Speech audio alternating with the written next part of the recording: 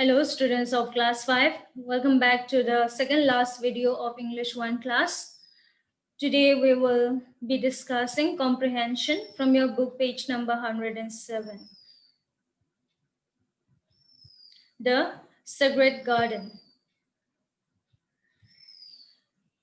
The Sacred Garden is a novel or story written by Frances H. Burnett in the year 1911. She was a novelist and playwright.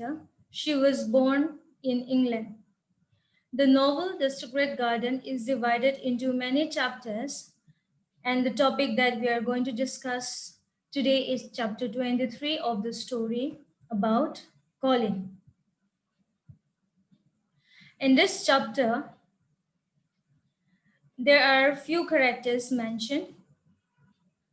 Characters means person mentioned, okay? Number one, we have Dr. Craven. Two, Mr. Craven. Mr. Craven is not mentioned, but we need to know who is Mr. Craven. Third one, we have Colin. Fourth, Mary. Fifth, Colin's friend, Deacon and Ben. Who are these people? Let us try to know.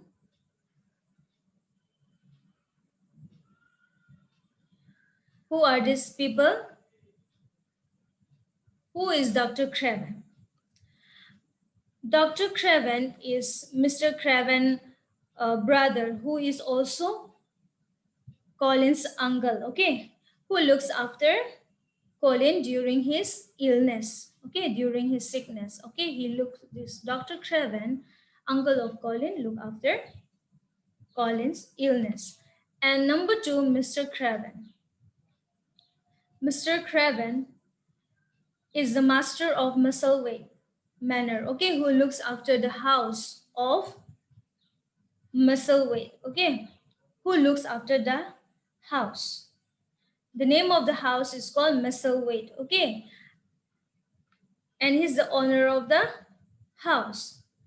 And he is also the father of what? Colin, who has been in depression ever since the death of his wife. Okay, his wife passed away. And then Mr. Craven spent most of his time outside the country in order to avoid his house and Colin that reminds him of his late wife. Okay, when he comes back to his house and see his son Colin, he remembers his late wife. In order to avoid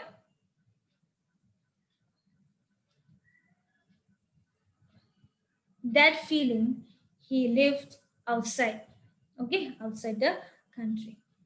Number three, we have Colin.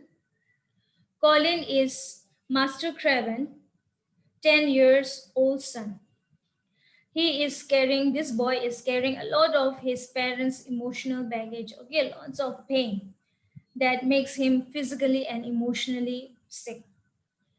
And his mother died when she fell from a branch of tree in the secret garden. And when the mother was pregnant with Colin, okay. But baby Colin, this Colin survived, but his mother passed away. His mother died. Number four, we have Mary. Mary is a 10-year-old girl, okay, who was born in the same year with his cousin and friend Colin, okay. They are Colin and Mary, they are cousin as well as friend. And then after the death of Mary's parents in India, she was sent to live with her uncle in England, okay. She too had the same, emotional baggage like Colin, all right, same sickness like Colin. And the fifth one, we have the Colin's friends. Who are they? Deacon and Ben. Okay, Colin, Mary, Deacons and friends. Deacons and Ben are friends. All right, these four of them are friends. Now we move on to the story, The Secret Garden. I will read this story line by line and explain it to you. Okay. Dr. Craven had been waiting some time at the house when they returned. When Colin was brought back to his room, the poor man looked him over seriously. You should not have stayed so long, said the doctor. You must not tire yourself.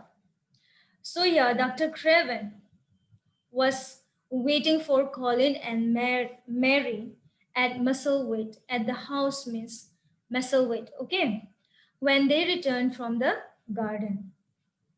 Dr. Craven examines, observe Colin, okay, he looks at him after his first garden outing, okay, and said not to stay so long uh, and not to tire himself, okay. Here, what Colin replied, I am not tired, said Colin. Tomorrow I am going out in the morning and the afternoon. So Colin disobeyed. He dismisses his advice, the doctor's advice, and informs the doctor that he will be going out every morning and afternoon possible. Okay. I can't allow it, answered Dr. Craven. It would not be wise. It would not be wise to try to stop me, said Colin. I am going. So when Dr. Craven says he is not sure he can allow Colin to go out, but what did Colin says? Colin tells him that it would not be wise to try to stop him. Anyway, I'm going, he said. Colin did not seem to have any idea how rude he could be. Mary used to behave like him, but she had learned that such manners were not normal or popular. She wanted to share this knowledge with her new friend. Who is our new friend here? Colin. Okay. Here, Mary observes Colin being a rude little brute, a, a boy who is so rude, and realizes he is unaware of his rudeness. Okay, Colin did not realize that he is so rude, and he has been the king, you know, has been the king here means he is being cared by many servants. Okay. He is the king of a short of desert island all his life. So he did not realize of being his rudeness. So what did Mary say? She too, Mary too, has been rude until she discovered it. Okay, made her unpopular, and she decides to tell Colin. Realize this. It means Mary also was in the same condition like Colin. She too had the same um, sickness and manners. All right, that manners being rude, okay, being rudeness, that nature, she wanted to tell Colin that being rude makes her unpopular. So she tried to convey Colin not to be rude and behave that way. I feel sorry for Dr. Craven, said Mary. It must be horrid to have to be polite to a boy who is always rude. Everyone is always trying hard not to upset you because they believe you never walk. They are sorry for you. It is always having your own way that has made you so strange. She went on, thinking aloud. So Mary stares at Colin until he asks why she is looking at him. She, Miss Mary, says she feels sorry for the doctor, for Dr. Craven, because mm, it has to be horrible to have to be polite to a boy who is so rude. Okay, and Mary tells Colin he has been allowed to be rude. Why? Because people thought he was a poor thing. Okay, he he was a poor thing who was going to die very soon due to this illness. So they did whatever they wanted. All right. And then, I shall stop being strange, said Colin. If I go to the garden every day, there is magic in there. I am sure there is.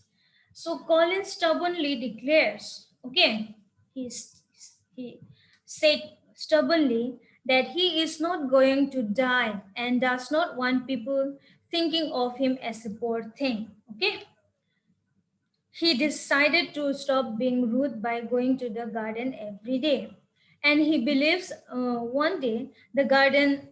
He believes that the garden has magic and will help him change one day. Okay. So am I, said Mary. So Mary said, I believe so. Okay. They always call it uh, magic. Okay, they always call it magic. Here, they here refers to mm, Colin's friend. Okay, Mary and Deacon. Okay, and these friends, what they do, they tend the plants, weeds, and watch the plants grow as the wild creatures go about their daily activities. So this friend, Mary and Deacon, they look after the plants in the garden. Okay, they watch the plants growing each day. Okay, and as the wild creatures go about their daily activities. So uh, as Colin becomes more aware of the magic in the garden, he decided to conduct scientific experiments. Okay, and he invited and he calls his friends, Mary, Deacon, and Ben, to be his audience. Okay, and uh, how did Colin describe the garden? Let's see. How did he call the garden? First, green things push their way through the earth. Fresh leaves and birds magically appear. Then they swelled and suddenly burst open into flowers that filled the garden air with their scent. Uh, Colin watched each change as it took place. Each morning he was brought to the garden. Unless it was raining, he spent all day in the garden, lying on the grass and watching things grow as he sat. So he described garden as magic. Okay, he compares the garden as magic, and he described how magic is always pushing, drawing, and making things out of nothing. Everything is made of magic, he said. Okay. Mm, and Colin, he watches the garden uh, changes that took place every day. And then every morning he was brought to the garden by his friends. All right.